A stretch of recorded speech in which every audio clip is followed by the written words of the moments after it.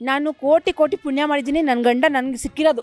ಚಂದದ ಬೊಂಬೆಗೆ ಹೂವಿನ ವಯ್ಯಾರ ಸಾಯೋ ಗಂಡ ನನ್ನ ಗಂಡ, ನನ್ನ ಗಂಡನೇ. ಅವ್ರು ಬಿಟ್ಟರೆ ಇನ್ಯಾರೂ ಇಲ್ಲ.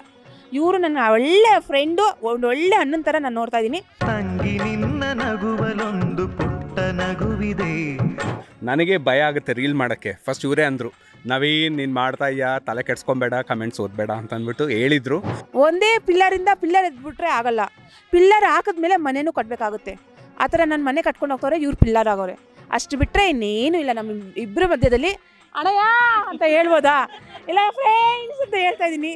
ಎಲ್ಲ ಜನುಮದಲ್ಲಿಯೂ ನನ್ನ ತಂಗಿಯಾಗು ನೀ. ಸ್ಟಾರ್ಟಿಂಗ್ ಕಮೆಂಟ್ಸ್ ನೋಡಿದಾಗ ಡಿಪ್ರೆಷನ್ಗೆ ಹೋದೆ ನಾನು. ಕಮೆಂಟ್ಸ್ ನಾನು ಓದಲ್ಲ, ನನಗೆ ಓದ್ ಬರಲ್ಲ. ಇವತ್ತಿನ ದಿವಸ ಇವ್ರು ಓದಿ ನನಗೆ ಹೇಳ್ತಾರಲ್ಲ, ನನಗೆ ತುಂಬ ಹಲ್ಟ್ ಆಗುತ್ತೆ. ಬಟ್ ನಾನು ಹೇಳ್ಕೊತಲ್ಲ ಇವ್ರಿಗೆ.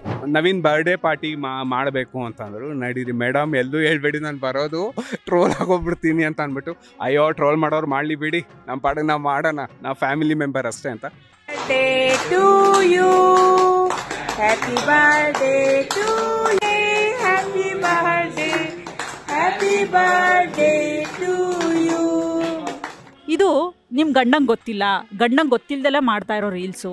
ಅವ್ರು ನೋಡಿ, ನಾನು ಇಷ್ಟೇ ಹೇಳ್ತಾ ಇದ್ದೆ, ಅವ್ರ ಯಜಮಾನ್ರು ಸೋಷಿಯಲ್ ಮೀಡಿಯಾ ನೋಡ್ತಾರೆ, ಅವರು ಲೈಕ್ ಕೊಡ್ತಾರೆ, ಅವ್ರಿಗೂ ಓದಕ್ಕೆ ಬರುತ್ತೆ, ಅವರು ಕಮೆಂಟ್ಸ್ ನೋಡ್ತಾ ಇದ್ದಾರೆ. ಕಮೆಂಟ್ಸ್ ನೋಡಿದ್ರು ಅವರು ಇಗ್ನೋರ್ ಮಾಡ್ತಾ ಇದ್ದಾರೆ, because she knows what Reshma ಅಂತ.